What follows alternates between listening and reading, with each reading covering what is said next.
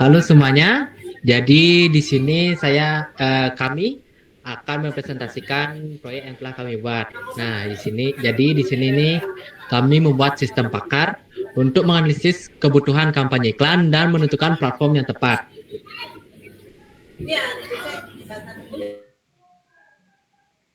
Nah, sebelum kita masuk ke pembahasannya, saya akan memperkenalkan anggota kelompoknya.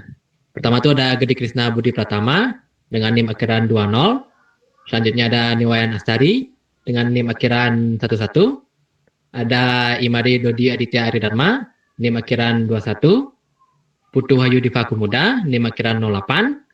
Imade Oka Sastrawijaya, NIM akhiran 71. Dan terakhir saya sendiri, Gede Baskara Prian Wisma dengan NIM akhiran 64.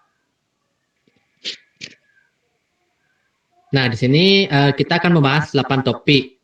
Yaitu yang pertama itu ada latar belakang, tujuan, batasan proyek, pembagian tugas kelompok, basis pengetahuan, teknik penalaran dan mesin inferensi, hasil dan pembahasan, dan kesimpulan.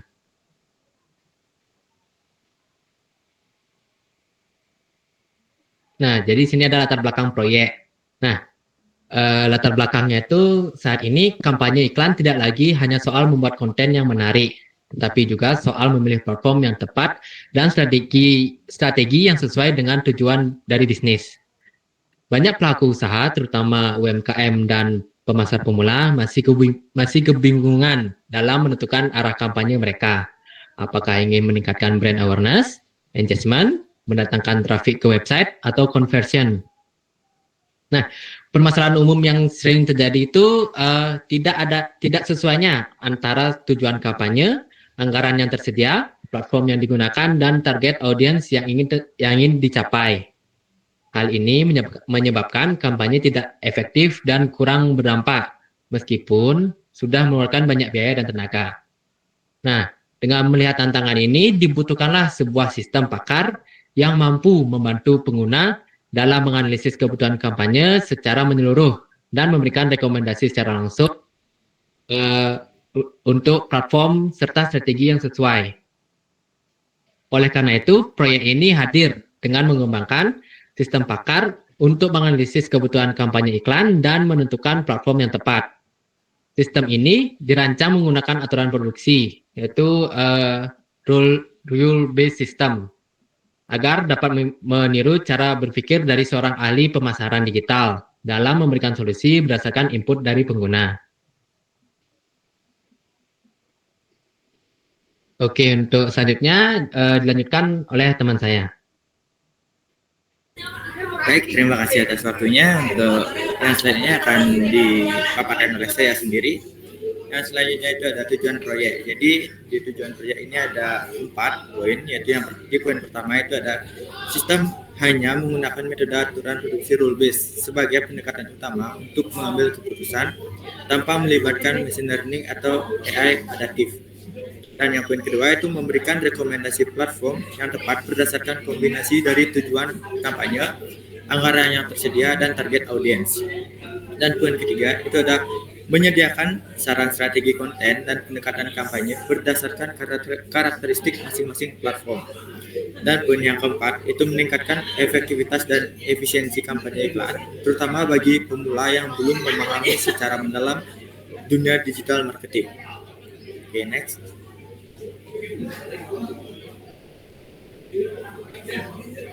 Nah, baik, yang selanjutnya itu ada batasan proyek. Di batasan proyek ini juga ada 3 poin. Itu yang pertama, sistem hanya menggunakan metode aturan produksi rule based sebagai metode utama untuk pengambilan keputusan tanpa melibatkan machine learning atau AI adaptive. Dan yang kedua, platform yang direkomendasikan dibatasi 5 media utama, yaitu Instagram, Facebook, TikTok, Google Ads, dan YouTube. Dan yang poin ketiga, itu sistem tidak secara langsung mengelola atau menjalankan kampanye iklan, melainkan hanya memberikan analisis dan rekomendasi berdasarkan input pengguna. Next.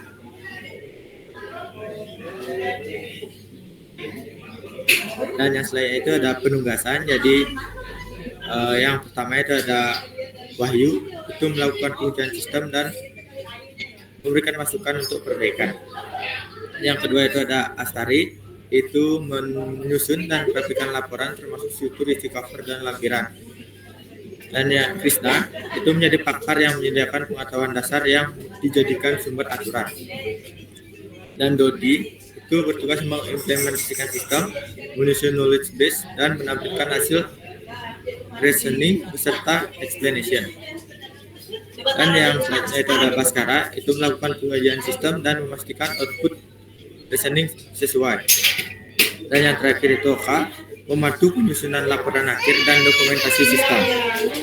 Next. Oke, untuk yang selanjutnya akan dijelaskan oleh teman saya.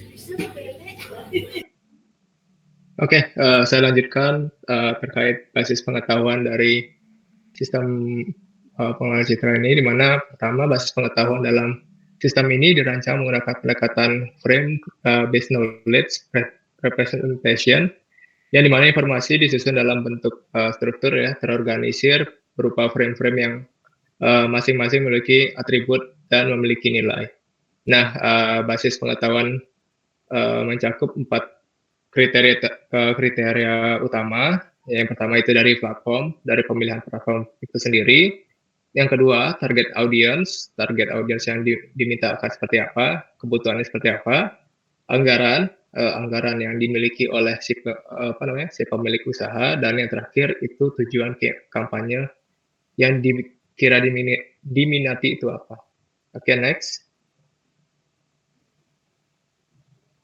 Oke, dari basis pengetahuan, di mana setiap entry dalam basis pengetahuan dilengkapi dengan label, nama kriteria, platform, skor, dan rekomendasi strategi kampanye.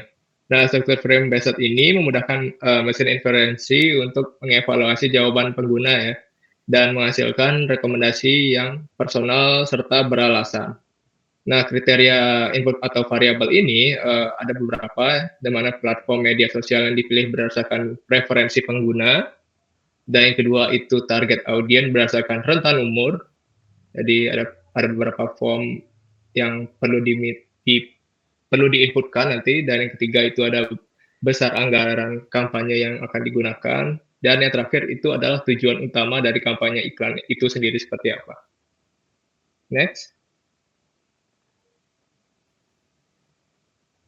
Oke, selanjutnya ini adalah daftar fakta dan aturan ya, di mana ada beberapa dalam tabel.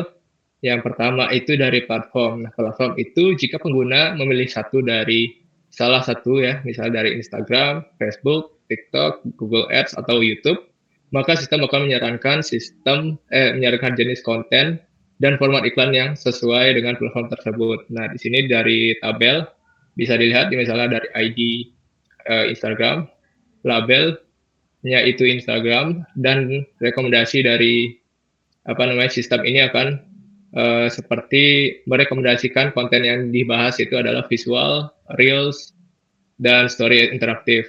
Adapun juga untuk Facebook memiliki dan juga menggunakan label Facebook, postingan yang disarankan atau brand yang harus digunakan itu adalah postingan panjang, video edukasi, dan segmentasi umur. Untuk TikTok sendiri, sistem akan menyarankan jika ini ada pemilihannya, itu sistem akan merekomendasikan video pendek, seperti juga tren terbaru, dan juga hashtag populer yang ada di TikTok seperti apa. Nah, yang terakhir, yang selanjutnya dari Google Ads. Nah, untuk Google Ads sendiri akan ketika pengguna mengklik atau mengklik kebutuhan Google Ads, maka sistem ini akan menyarankan menggunakan iklan teks dan display dengan kata kunci spesifik untuk usahanya. Dan yang terakhir dari si YouTube sistem ini akan menyarankan konten berkualitas dengan gaya storytelling. Nah, di sini juga ada pun target audiensnya jika pengguna memilih salah satu dari remaja, dewasa muda, dewasa, dan juga profesional hingga keluarga, maka dari sistem akan menyarankan platform optimal dan juga jenis konten yang cocok. Nah, dari tabel bisa terlihat ya dari rentannya, dari target audiens remaja itu kisaran 13 sampai 18, itu maka anjuran dari sistem akan merekomendasikan platform TikTok atau Instagram dengan rekomendasi konten yang ringan dan tren kekinian. Dan selanjutnya di dewasa muda dari rentan 19 sampai 29 tahun, platform yang disarankan oleh sistem nantinya itu Instagram dan juga YouTube dengan rekomendasi konten yang disarankan oleh sistem itu. Yang selanjutnya di dewasa kisaran umur 30 sampai 45 tahun sistem akan merekomendasikan platform yang digunakan itu adalah Facebook dan Google Ads, di mana rekomendasi konten yang diberikan itu adalah edukasi maupun konten yang bersifatnya profesional. Dan selanjutnya, yang terakhir, profesional 45 plus itu akan menggunakan Google Ads berdasarkan kontennya, yaitu formal atau data driven. Dan yang terakhir, jika memang targetnya adalah keluarga, maka platform sistem akan merekomendasikan pada Facebook, YouTube dengan rekomendasi konten yang disajikan itu adalah visual atau tips sehari-hari. Oke, bisa dilanjutkan? Oke, selanjutnya setelah tadi ada dua hal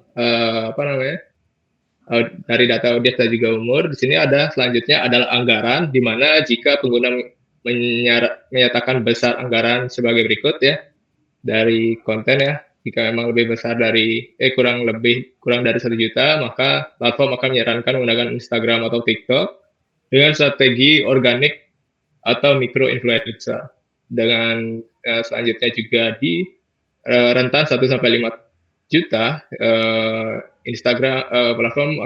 sistem akan merekomendasikan platform yang digunakan itu Instagram maupun TikTok dengan strategi campuran organik dengan konten sehari-hari berdasarkan juga plus iklan berbayar di satu platform. Nah, selanjutnya di 5 sampai 10 juta sistem akan merekomendasikan platform yang digunakan itu Instagram, Facebook maupun Google Ads dengan strategi multi platform dan juga fokus pada 2 platform utama. Dan selanjutnya di lebih dari 10 juta maka sistem akan merekomendasikan di semua platform, lintas platform atau menggunakan A/B testing campaign atau percobaan kampanye. Nah, selanjutnya di bagian daftar fakta dan aturan berdasarkan tujuan.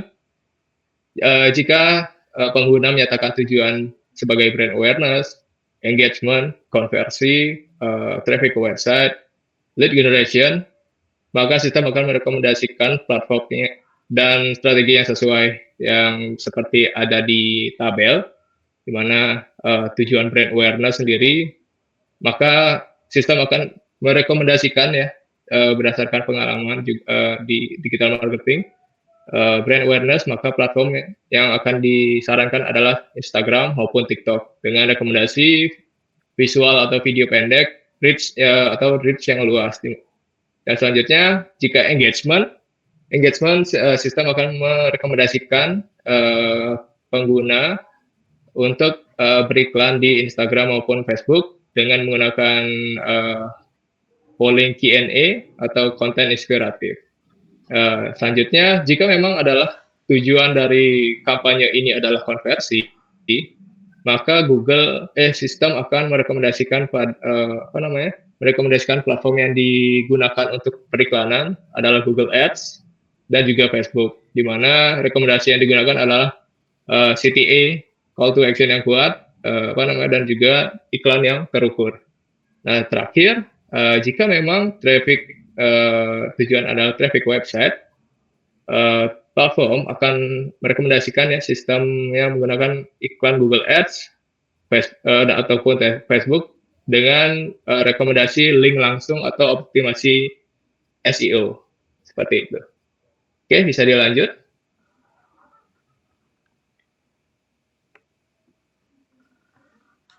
Baik, di sini saya akan melanjutkan tentang teknik penalaran yang digunakan di sistem ini.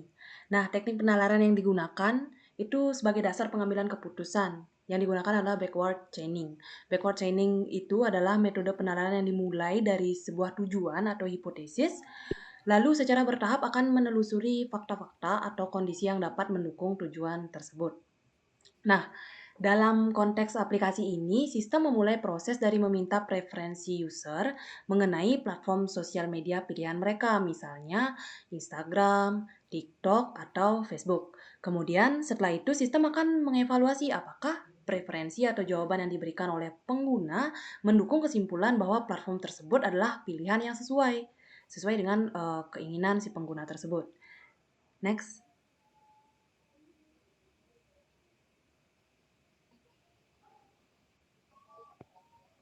Oke, terkait dengan mesin inferensi. Nah, mesin inferensi dalam sistem ini itu terdiri dari 3 komponen utama, yaitu basis fakta, basis aturan, dan mekanisme pengambilan keputusan. Jadi, basis fakta diambil dari input pengguna, kemudian basis aturan berisi sejumlah aturan yang mengaitkan kondisi-kondisi dengan satu atau lebih platform sosial media, seperti yang tadi dijelaskan oleh Kak Krisna di basis dan pengetahuan tadi. Contohnya, sebuah aturan dapat berbunyi if tujuan kampanye brand awareness and target audience remaja and anggaran itu di atas 10 juta, maka platform yang direkomendasikan adalah Instagram gitu. Kemudian apa sih itu backward chaining? Nah, backward chaining ini akan dijelaskan oleh teman saya di slide selanjutnya.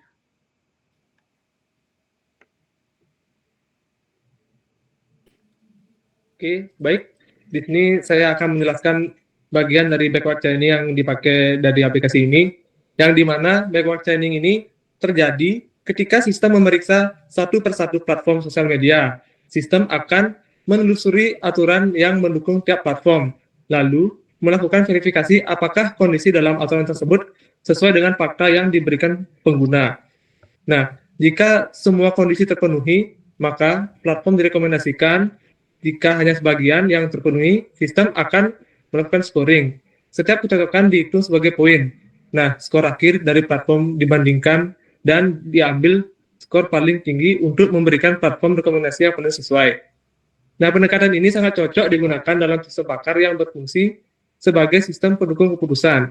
Dengan demikian, sistem tidak hanya mampu memberikan rekomendasi, tetapi juga menjelaskan alasan dibalik rekomendasi atau ketidaksesuaian suatu platform berdasarkan data yang diberikan pengguna. Oke, next. Oke, selanjutnya akan dijelaskan oleh teman saya hasil dan pembahasannya. Di sini saya share screen dulu.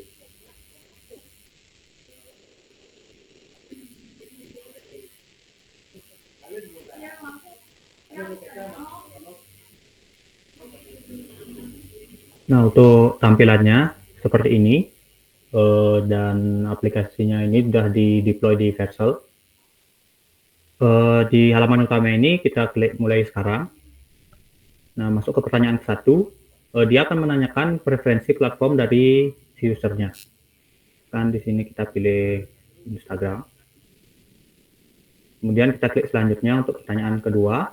Di sini pertanyaan kedua itu tentang target audiens berdasarkan umur. Untuk di pertanyaan ini kita bisa pilih lebih dari satu jawaban. Kemudian selanjutnya, dan pertanyaan ketiga itu tentang anggaran. Selanjutnya, dan yang pertanyaan terakhir itu tujuan dari kampanye iklannya seperti apa. Setelah semua pertanyaan diisi, kita klik button lihat rekomendasi. Nah, hasilnya akan seperti ini. Dan dari jawaban yang sudah diisi tadi, dinyatakan bahwa Instagram ini sudah cocok menjadi pilihan platform. Nah, di sini juga ada saran-sarannya, seperti yang dijelaskan oleh Krisna tadi. Cuma di sini kalimatnya agak lebih panjang. Dan di sini juga ada jenis-jenis penayangan iklan yang dapat dilakukan dari ketika kita menggunakan Instagram. Bagi juga berdasarkan indikasi oleh user. Misalnya di sini untuk target dewasa muda menggunakan konten video inspiratif, untuk target usia remaja gunakan konten ringan dan tren kekinian, dan seterusnya. Di sini dia menjelaskan tentang yang pertanyaan yang budget, dan ini pertanyaan yang tujuan. Oke, kita coba reset lagi. Nah, selanjutnya kita coba asal aja isinya.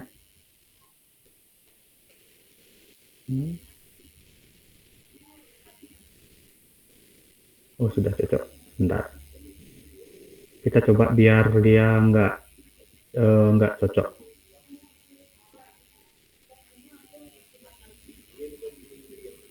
Nah, jika dia belum cocok, akan tampilannya seperti ini. Google Ads belum cocok menjadi pilihan platform Anda. Nah, untuk alasannya juga sudah tertera di sini. Google Ads akan cocok pada poin-poin di bawah ini. Yang nomor 1, target audiensnya dewasa 30-45 atau profesional 45+. Kemudian anggarannya berkisar 5-10 juta atau lebih dari 10 juta. Ini sudah tertera juga belum sesuai. Kemudian memiliki tujuan untuk conversion atau traffic ke website. Nah, misalkan nih kita ganti traffic ke website. Nah, dia sudah sesuai. Selain itu, di sini misalkan ada banyak ada banyak rekomendasi, dia akan memberikan saran seperti ini. Selain Google Ads, Anda dapat menggunakan platform ini. TikTok, terus yang nomor 2 ada Instagram, Facebook, dan di sini juga ada jenis-jenis pelayanan iklannya seperti apa. Oke, itu untuk demo aplikasinya. Sekarang kita masuk sedikit ke codingannya seperti apa. Nah, untuk codingannya di sini data export sistemnya itu saya pakai JSON. Struktur datanya seperti ini. Jadi satu item ini dia langsung ke pertanyaan. Kemudian di pertanyaan ini ada optionnya pada properti data. Ada optionnya, terus di masing-masing option ada result. Result itu ditampilin di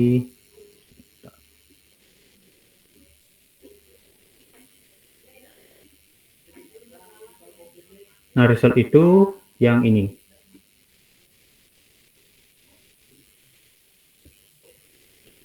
Oke, setelah result dari platformnya juga ada details. Yang ini detailsnya.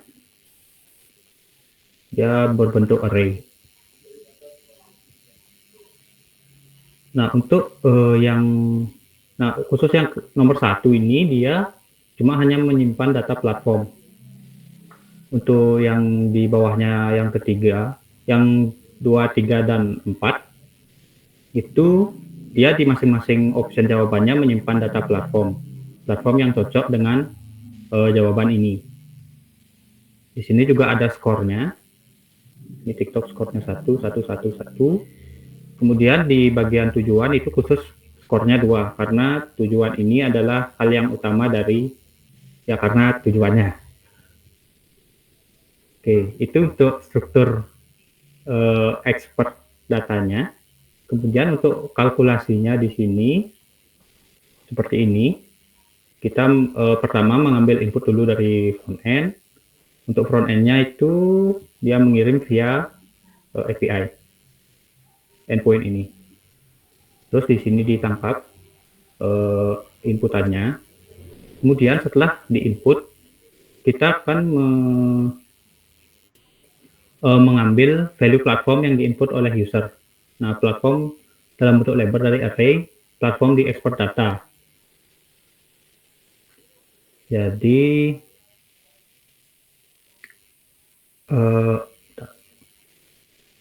oh ya, ini berarti dia ngambil value yang seperti ini: Facebook, Instagram, Facebook, TikTok. Intinya platform yang dipilih user di pertanyaan ke-1. Ini kita ngambil jawaban yang ini. Terus setelah itu kita mengambil data lengkap dari platform yang dipilih. Data lengkap yang dimaksud itu data yang ini.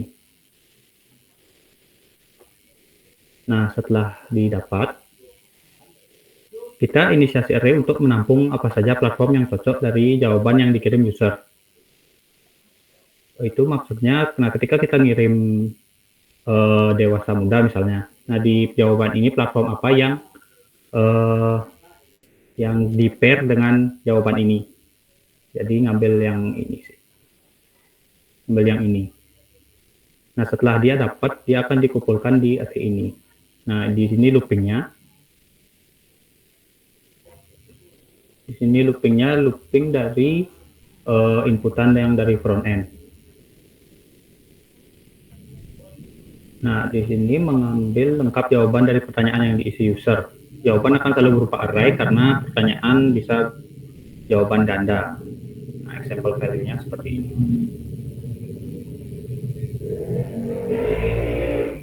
Oke. Terus setelah kita dapat jawabannya, kita akan nge-grouping berdasarkan skornya. Nah, ini kan udah dapat nih platform results yang berupa berisi name, itu nama platformnya, terus skornya berapa. Setelah di group, dia akan jawabannya seperti ini. Instagram totalnya berapa poin, terus TikTok berapa poin. Setelah kita dapat yang ini, kita ngefilter skor yang paling tinggi dengan math.max. Terus setelah kita dapat udah skor yang paling tinggi, terus kita filter yang ini, yang kita dapat objek tadi Instagram, terus kita filter mana punya skor yang paling tinggi. Soalnya bisa aja ada dua platform yang mempunyai skor tinggi yang sama. Misalkan Instagram bisa 4, terus TikTok bisa 4, dan Facebook seperti ini, Facebook juga bisa 4 gitu. Nah, makanya kita filter dan hasilnya nanti akan menjadi array seperti ini. Oke, setelah itu kita inisiasi variabel reason. Di sini akan berisi deskripsi apakah platformnya cocok, yang ini. Terus jika platform tidak cocok, maka akan ada alasannya mengapa. Nah, alasannya itu yang seperti tadi, yang ada sudah sesuai belum sesuai itu. Kemudian property main akan berisi deskripsi utama. Deskripsi utama itu yang ini. Oke. Dan property others itu berupa array dengan penjelasan tambahan. Nah, terus di sini ada function untuk menghandle saran-saran apa yang dilakukan dari jawaban user.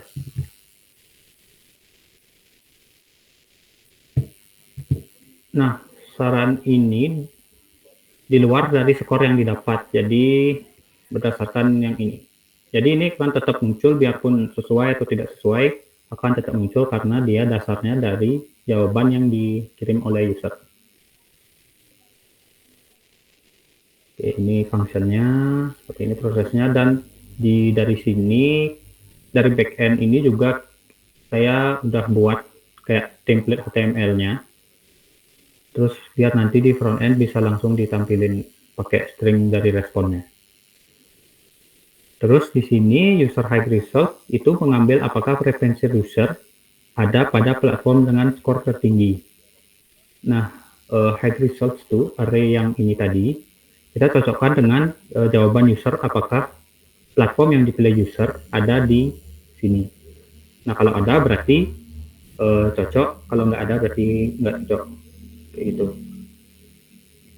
Terus sampai nah, jika platform yang dipilih ada pada array platform dengan skor tinggi, maka diberikan pernyataan bahwa platform pilihan user sudah cocok. Kalau ada user high results, maka sudah, dan belum. Nah, kalau belum, dia akan memberikan alasan karena user platform akan cocok pada poin-poin di bawah ini. Oke. Nah, jika platform user dan platform skor tinggi cocok, maka kita akan mengambil data lengkap platformnya tersebut. Data lengkap platform itu yang ini. Ini.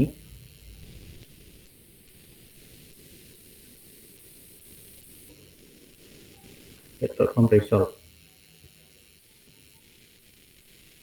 Oh, data lengkap platform yang ini. Terus kita menambahkan pada recent main-nya. Dan kita menambahkan detailsnya juga. Ini. Kemudian kita panggil function handle to do. Handle to do itu yang tadi, yang ini, yang dia mengeluarkan saran berdasarkan jawaban yang diisi. Terus, nah jika platform user dan platform dengan skor ini tidak cocok, maka dia akan memberikan kenapa dia belum cocok. Nah di sini. Oke, terus, nah di sini ketika ada platform yang skornya tinggi itu lebih dari 1, maka akan memberikan saran. Selain platform, maka Anda dapat menggunakan platform ini.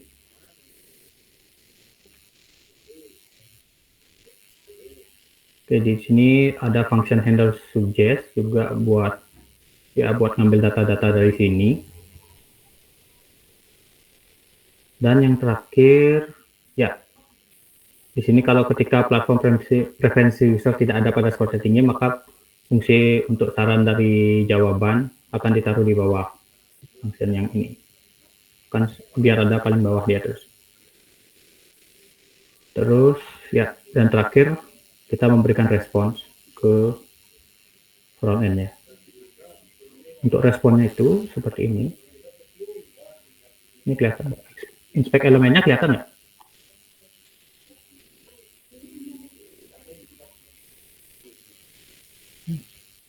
Kelihatan nggak inspect?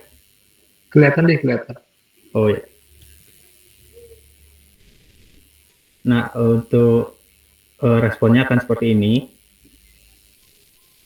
Dan yang dipakai nanti nampilin itu yang di bagian reason. Ini cuma sekedar info aja. Nah, di sini dia recommended platformnya Instagram dengan skor 4, jadi sudah cocok dengan yang dipilih usernya, user preferred Instagram. Dan recent main itu yang ini, kemudian others yang ini. Oke, mungkin segitu aja pembahasan dari hasil dan tentang codingan sistemnya. Mungkin bisa dilanjut ke materi selanjutnya.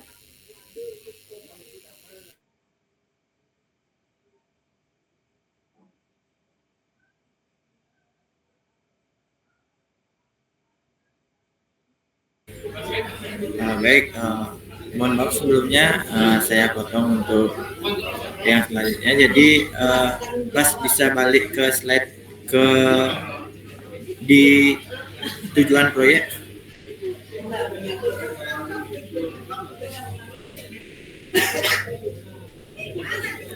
Oke, mohon maaf sebelumnya teman-teman. Jadi ada kesalahan di dalam pembuatan PPT-nya. Jadi kalau kalian itu ada di tujuan proyek itu di poin pertama itu sama dengan di batasan proyek di poin yang pertama. Ya, tuh. Jadi kesalahannya itu ada di tujuan proyek yang di poin pertama. Itu sebenarnya poin yang pertama itu membantu penggunaan dalam merancang kampanye iklan yang sesuai dengan tujuan mereka, seperti meningkatkan brand awareness, engagement, konversi, hingga traffic website. Nah, itu kurang lebih poin pertama yang ada kesalahan. Mungkin itu bisa dilanjut, kita jadi saya bisa dilanjut, Mas.